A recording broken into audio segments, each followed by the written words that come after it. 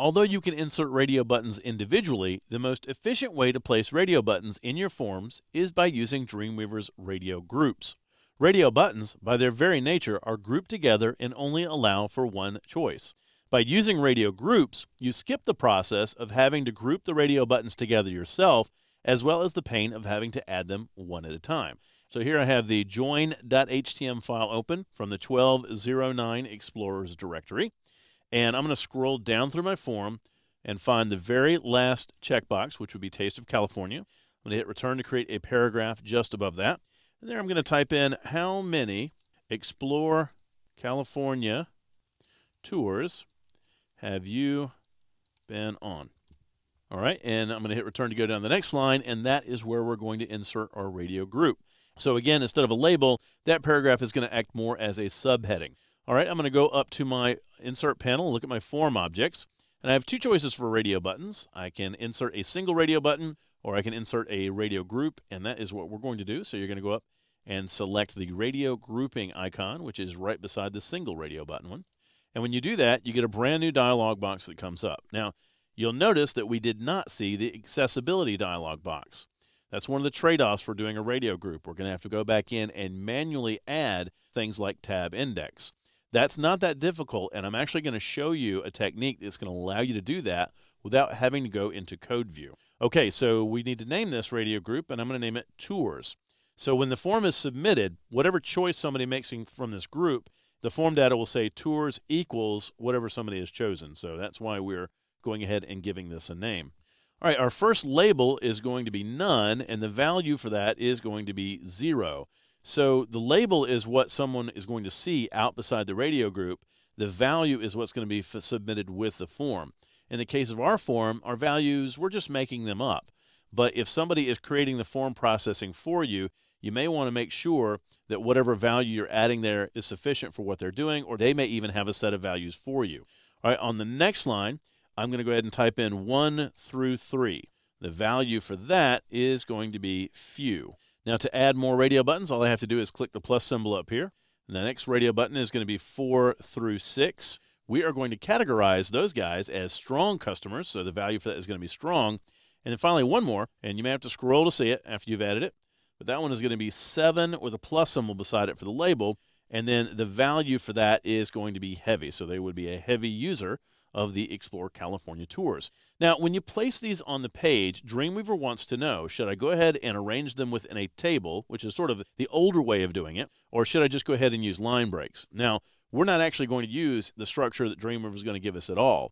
And the easiest structure to get rid of would be line breaks. So we're going to go ahead and click OK and just place our radio buttons right out there on the page. So there you can see we have none, 1 through 3, 4 through 6, and 7 through 8.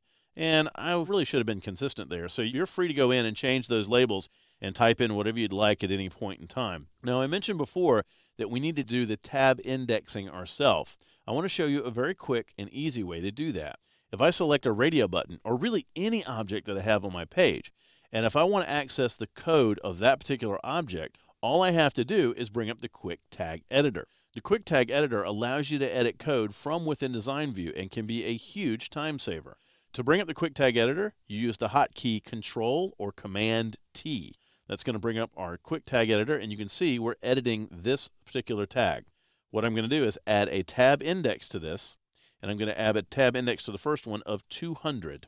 I need to do that for each of these. So in order, I'm going to select them, hit Control or Command T to bring up the Quick Tag Editor. And to add an attribute, the easiest way to do this, go to the very last attribute, place your cursor right beside the quotation mark, and hit space.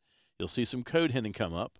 When I hit T, it'll jump down to tab index, and then I can hit return. It'll finish it, add the equals, and place my cursor right inside the quotation marks. I can just type in 210 for the second one, hit return, and I'm done. So please take advantage of code hinting while you're doing this, because it's just going to speed up that process, and it's also going to make sure that the syntax is correct. So I'm going to do that for the next one. And here I want to do a tab index of 220. There we go. And we've got one last one to go. And this one, I'm going to give it a tab index of 230. Okay, there we go. So 200, 210, 220, 230. There we go. Now, I mentioned before that we didn't need this structure. So we've got one last task to do, and that is to get rid of the line breaks. The easiest way to do this is through code. So I want to go ahead and just highlight all of those elements and switch to split view so I can see both the code and the design view at the same time. And if you've never seen a line break tag before, this is that tag. It is a self-closing tag. It's just the BR with the /. There's no opening or closing tags. And what you need to do is find the BR tag between each of these radio buttons and just go ahead and get rid of it. Just go ahead and delete it. You don't necessarily have to delete the line like I'm doing. I just like to keep my code nice and organized. But I'm going to go ahead and get rid of that line break tag between those guys.